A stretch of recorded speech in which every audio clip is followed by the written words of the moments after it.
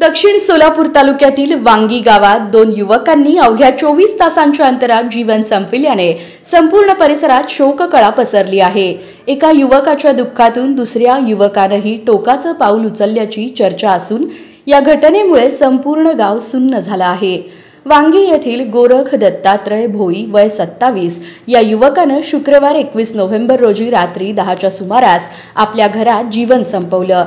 ही घटना कुटुंबाला समजताच नातेवाईकांनी तातडीने त्याला सोलापूरच्या शासकीय रुग्णालयात उपचारासाठी हलवलं। मात्र डॉक्टरांनी तपासणीअंती उपचारापूर्वीच त्याला मृत घोषित केले।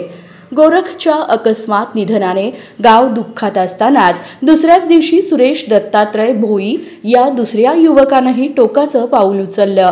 विशेष म्हणजे गोरखच्या आठवणीत सुरेशने हे पाऊल उचलल्याची चर्चा गावात आहे। सुरेशचे आई-वडील वांगी येथील एका शेतकऱ्याकडे कामाला आहेत।